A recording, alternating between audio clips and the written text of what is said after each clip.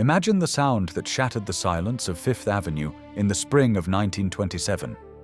It was not the sound of a festive salute, not the roar of new car engines, and not the music of a high society soiree. It was the heavy, methodical scraping of steel picks against Carrara marble. At the corner of 77th Street, in the very heart of New York's most prestigious neighborhood, workers were demolishing a palace. Not just an old house, but an architectural marvel that had stood completed for less than 2 decades. $7 million. That was the cost of this dream in late 19th century money. Today, that sum is equivalent to hundreds of millions. But even these astronomical figures cannot convey the true scale of the loss. Usually, such buildings become museums, embassies, or national monuments. They endure for centuries, preserving the whisper of history within their walls. But this house was sentenced to death immediately after its creator's passing. It was demolished with such speed as if they were trying to erase a shameful stain from the city's map. Why was one of the most expensive private homes ever built in the United States of America turned to dust just 19 years after its completion? To understand this architectural execution, we need to forget the standard success stories. Forget the noble patriarchs who build ancestral nests for future generations. The man behind this project was not seeking comfort. His name was William Andrews Clark, and he was the complete opposite of the image that New York's elite had of themselves. He was not born into silks, he did not inherit a banking empire, and he was not part of the high society that ruled Manhattan. Clark was a predator from Montana, a man with eyes as cold as the copper ore on which he amassed his incomprehensible fortune. At 60 years old, he was the second richest man in America, second only to John Rockefeller, yet he remained an outcast. Mark Twain, the great writer of that era, once called him a national disgrace and said that Clark's place was in prison. But Clark had no intention of going to prison. He intended to make New York respect him, even if it meant building a structure that would block the sun from his neighbors. His arrival in New York was not just a move, but a declaration of war. Old money, the Astor and Vanderbilt families, looked at him as a barbarian who had burst into their temple with bags of dirty money. And Clark answered them in the only language he believed they understood, the language of overwhelming luxury. He decided to build not just a mansion, but a fortress that would scream of his power. 121 rooms, 31 bathrooms, 4 art galleries, its own coal-powered railroad in the basement. It was a structure meant to stand for 1,000 years, like the pharaoh's pyramids. But the paradox was that the higher the walls of his palace rose, the deeper the chasm grew between him and the world he so desperately wanted to join. No one knew then that this granite colossus would become not a monument to triumph, but a golden cage for his young secret wife and small children. No one suspected that within these walls, adorned with gold and velvet, a quiet human drama would unfold, full of loneliness and fear. It seemed impossible that such a behemoth could vanish without a trace. After all, when you build a house of granite and steel, you plan for eternity. But the story of William Clark and his mansion is a lesson that concrete and stone are powerless if the foundation is laid only on ego.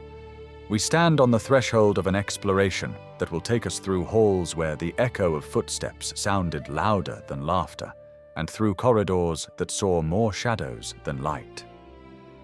We will learn why, when Clark took his last breath in 1925, his own children, his flesh and blood, turned away from this palace in horror.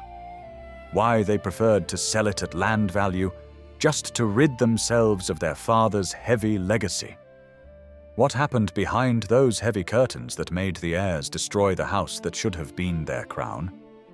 The answer lies not in architectural blueprints or accounting ledgers. It is hidden in the psychology of a man who thought he could buy immortality, but bought only oblivion.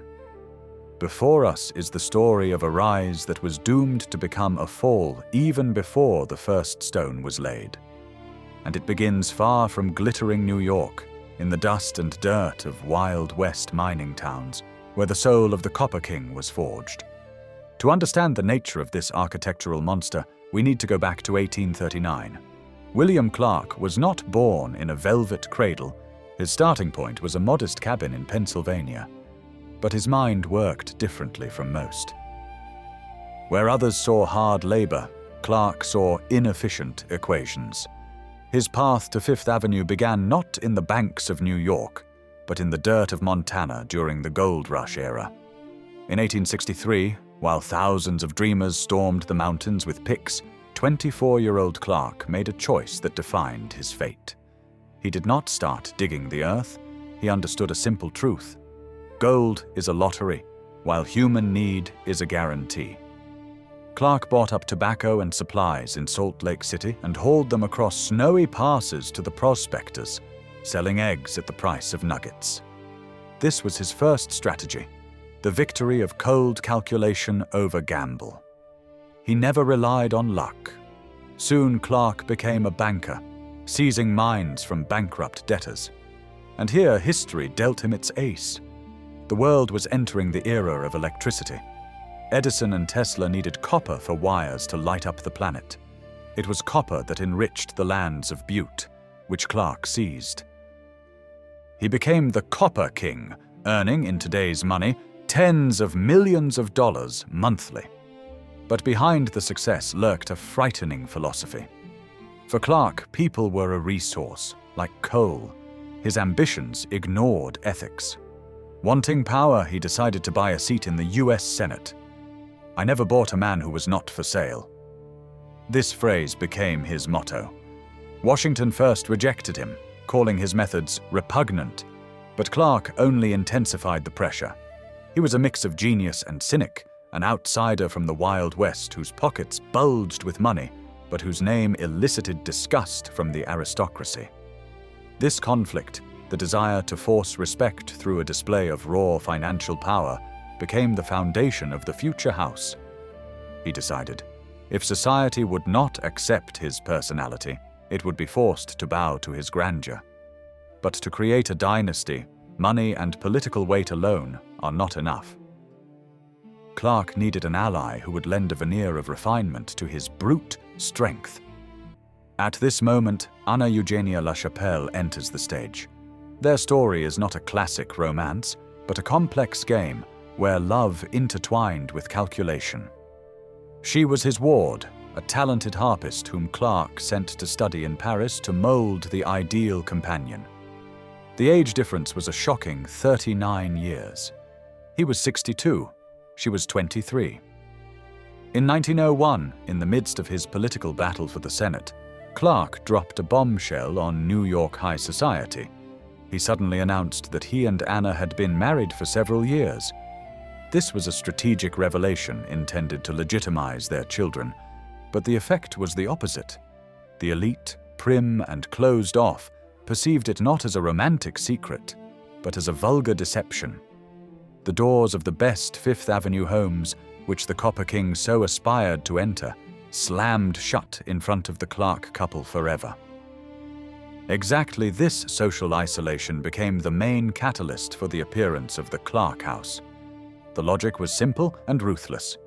If society does not let them into its salons, Clark will build such a salon that the Astor and Vanderbilt mansions will seem like modest shacks in comparison. In 1897, he bought the land at the corner of 77th Street. This was the beginning of the greatest and most expensive long-term construction project of the era. Clark hired the prestigious architectural firm, Lord Hewlett and Hull, but immediately made it clear, architects here were merely tools, pencils in his hands. He wanted to combine the incompatible, French Renaissance, Italian Baroque, and the heavy luxury of America's Gilded Age. This architectural fusion became the perfect symbol of his marriage, the crude, unlimited money of the Wild West trying to forcibly buy the elegance of the Old World. The house was conceived not just as a residence, but as an autonomous state, a fortress for his young wife and children, rejected by high society. The walls began to rise, concealing behind them a life full of music and total loneliness. Clark was creating a golden cage that was supposed to protect Anna from condemning glances, but in the end began to slowly cut her off from reality.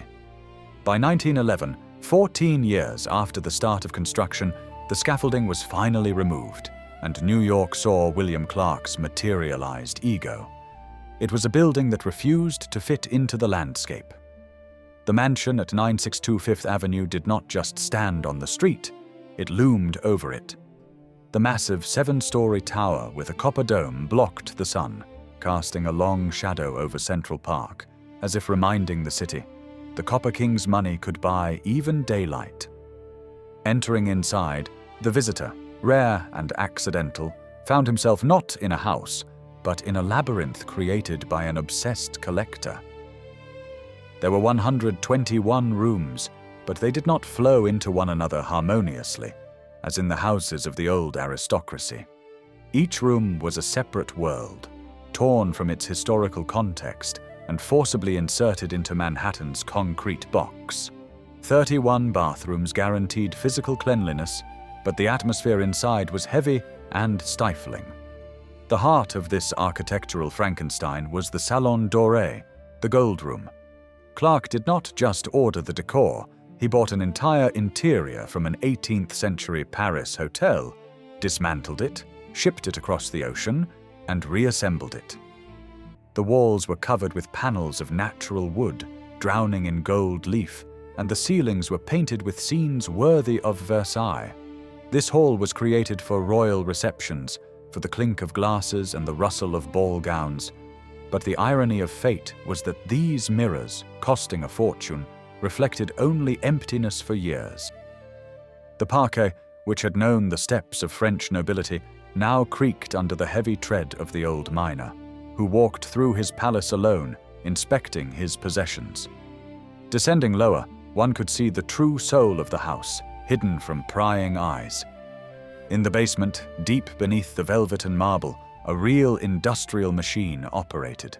There was a private narrow-gauge railroad laid there, a miniature copy of those that worked in Clark's mines in Montana. Mine carts automatically delivered coal from bunkers to gigantic furnaces that consumed 7 tons of fuel per day.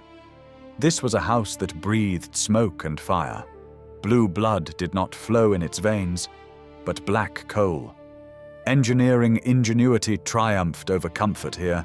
Its own power plant, air filtration system, huge fans circulating heat through the 4 art galleries.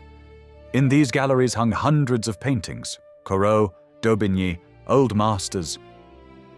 Clark bought art wholesale, filling the walls from floor to ceiling, leaving no empty space. It resembled not a museum, but a warehouse of treasures. A huge organ, one of the largest in private hands in the world, towered in the music room. Anna, his young wife, often played it, and the sounds of the pipes, amplified by the stone acoustics, echoed through the empty corridors, reminiscent of a church mass for non-existent parishioners. But the most striking was the contrast. Next to the pompous Gothic hall with its medieval fireplaces, in which one could roast an ox, were absolutely modern, sterile rooms, like the pool and Turkish bath, tiled in white. The house suffered from a split personality, just like its owner. One part wanted to be a European monarch, the other remained a pragmatic American industrialist. Every door handle, every tapestry, every one of the thousands of light bulbs was personally approved by Clark. Architects who tried to argue with him about taste or proportions were fired or expelled. In the end, the house became an exact psychological cast of its creator. Grandiose, expensive, technically perfect, but cold, chaotic, and frighteningly lonely. A viewer mentally walking through these halls would feel not admiration, but a strange chill. The sensation of the presence of enormous power that had no one to share its greatness with.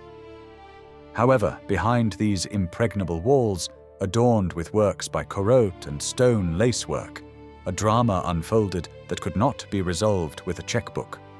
The greatest irony of William Clark's life was that he built the perfect stage for triumph, but the hall remained empty. New York never came. Those balls, for which golden services were ordered and chefs were brought in from Paris, took place in a stifling atmosphere. The guests were not fashion setters or the old aristocracy, but those who were financially dependent on Clark, or those to whom it did not matter where the money came from, as long as it flowed like a river. Here we encounter a deep moral contradiction. Clark was undoubtedly a predator in business and a cynic in politics, a man who could destroy a competitor without hesitation. But within the walls of 962, he transformed into a loving, almost obsessed father and husband. His young wife Anna and their two daughters, André and Huguette, lived in luxury bordering on the absurd. But this luxury was their prison. The girls grew up among paintings worth more than entire towns in Montana, but they had almost no friends. Their playground was the cold galleries, and their toys were antiques. In 1919, this golden dome developed a crack that no architect could repair. The 17th birthday of André, the eldest daughter from the second marriage, became the beginning of the end. The vibrant young woman suddenly fell ill with meningitis. At that moment, all of Clark's grandeur, all his millions, mines, railroads, and senatorial title turned to dust. He, a man accustomed to bending nature and government to his will, proved powerless against a microscopic bacterium. André died literally within a week. The death of his daughter turned the palace into a mausoleum, while its owner was still alive. For Anna, the mother who had lost her child, this house, built so long and painfully, instantly became a place of grief. The spacious halls, created for music and laughter, now amplified the echo of loneliness. Psychologically, this moment became a turning point. If previously the house had been a symbol of ambition, look what I have achieved. Now it became a symbol of futility. Look what I could not protect. The viewer here should feel a deep ambivalence. On one hand, we see a tyrant who received a cruel lesson from fate. On the other, an old man wandering through 7 floors of emptiness, having lost the most precious thing he had. Can happiness be bought? Clark proved that its scenery can be bought, but not the play itself. After André's death, he did not stop. He continued buying art, continued fighting for influence, but the light in the house, metaphorically speaking, went out forever. The younger daughter, Huguette, who was only 12 at the time, absorbed this fear and isolation. It was here, in the shadow of her father's grief and her mother's depression, that the character of America's future most famous recluse began to form. The house, meant to glorify the Clark name for centuries, began slowly devouring their souls, preparing the ground for the final act of destruction. March 2, 1925 became the day when the heart of the house stopped. William Andrews Clark, the man who believed his will was stronger than granite, died of pneumonia at the age of 86. In the second when his breath stopped, the mansion on Fifth Avenue instantly transformed. From a symbol of power, it turned into New York's biggest and most expensive problem. The crisis came immediately and was deafening. According to the will, Clark left behind a fortune that today would be valued at billions of dollars. But along with the gold, he left his heirs this stone labyrinth as well. And here an amazing transformation of values occurred. The widow Anna and 19-year-old Huguette faced a choice that defined their fate: to remain keepers of the mausoleum or to choose life. They chose flight. For Anna, this house was a monument to her golden cage, the place where she lost her daughter André. For young Huguette, it was a frightening labyrinth full of her father's shadows. They did not just move out. They fled from the palace to a modest apartment on the 12th floor of 907 Fifth Avenue. It was an act of liberation. The women refused to bear the burden of the dead patriarch's ambitions. The huge organ fell silent, the basement furnaces cooled, and the 121 rooms plunged into darkness. But the real blow to Clark's legacy was dealt by society itself. When the estate executors tried to sell the mansion, they faced a shocking reality. No one wanted it. The house was so specific, so saturated with the egocentrism of its creator, that no other millionaire wanted to live in it. It was not a house, but a set for a one-man play whose actor had already left the stage. Moreover, the art collection, the soul of the house, was torn from its walls. Clark bequeathed his paintings to the Metropolitan Museum, but on the condition that they would be displayed in a separate gallery in perpetuity. The museum refused, deeming the collection uneven and the demands excessive. In the end, the masterpieces went to the Corcoran Gallery in Washington. The emptied mansion lost its last justification for existence. Thus occurred the final revaluation. What had cost $7 million and taken 14 years to build turned out to be a useless burden. The real estate market issued its verdict. The land under the house was worth more than the architectural marvel itself. The Copper King's great dream proved illiquid. Just 2 years after Clark's death, the building's fate was decided not by sentimentality, but by a calculator. This was the end of the Gilded Age era. Efficiency triumphed over excess, and the living decided to erase the traces of the dead giant so as not to live in its shadow. And so, in the spring of 1927, the denouement arrived, turning this drama into a parable. The roar of jackhammers at the corner of 77th Street sounded like a funeral knell for an entire era. What had been created over 14 years by thousands of workers' hands was erased from the face of the earth in less than 3 months. This was the fastest and most expensive architectural euthanasia in New York history. Developer Anthony Campagna bought the estate for $3 million, exactly the price of bare land in that district. The house itself, this granite colossus into which $7 million and half the Copper King's life had been poured, was valued at 0 cents in the sales contract. It was not sold, it was disposed of as construction debris. Priceless marble, quarried in Italy, went to gravel. Unique wood carvings turned to sawdust. The roof that had blocked the sun from neighbors collapsed, revealing the sky. From William Clark's great dream, only one physical reminder remained: the Salon Doré. That very gold room, bought in France, was carefully dismantled before demolition and bequeathed to the Corcoran Gallery in Washington. Today it stands there as a lonely ghost, a luxurious set without actors, torn from its context, a golden prosthesis for amputated grandeur. Museum visitors walk across its parquet, unaware that they are inside the only surviving cell of a gigantic deceased organism. But Clark's legacy left a scar more terrifying than a mere pile of rubble. The shadow of this house enveloped the life of his daughter, Huguette Clark.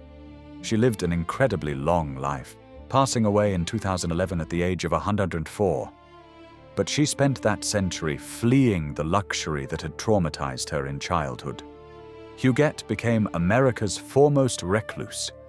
Possessing a fortune in the hundreds of millions and owning 3 magnificent estates in California, Connecticut, and New York, she lived in none of them. For the last 20 years of her life, she voluntarily spent them in a small, faceless hospital room surrounded only by a collection of dolls. Her father's lesson was absorbed with frightening precision. Big houses do not provide security. They merely isolate the soul. The demolished mansion on Fifth Avenue continued to hold her hostage even 80 years after its demolition. This story sounds frighteningly contemporary for us as well. We live in an era of new Copper Kings, tech billionaires who build their modern fortresses, private islands, and underground bunkers. Like Clark, they try to convert astronomical figures in their accounts into physical immortality. Like him, they believe architecture can protect them from the chaos of the outside world or the judgment of history. But the empty spot at the corner of Fifth Avenue, where a faceless, though elite, apartment building now stands, whispers to us through the decades a simple truth: legacy is not stone or gold. William Clark was a sort of Great Gatsby, but devoid of romantic dreams. While Fitzgerald's hero built his castle to reclaim love, Clark built his to feed his ego, and the finale proved equally merciless. History erased the walls but preserved the warning. Greatness built solely on the desire to prove one's superiority is fragile, like glass. In the end, from America's most expensive and ambitious private home, only emptiness remained, along with an instructive legend that one can buy the whole world but still not find a place in it to call home.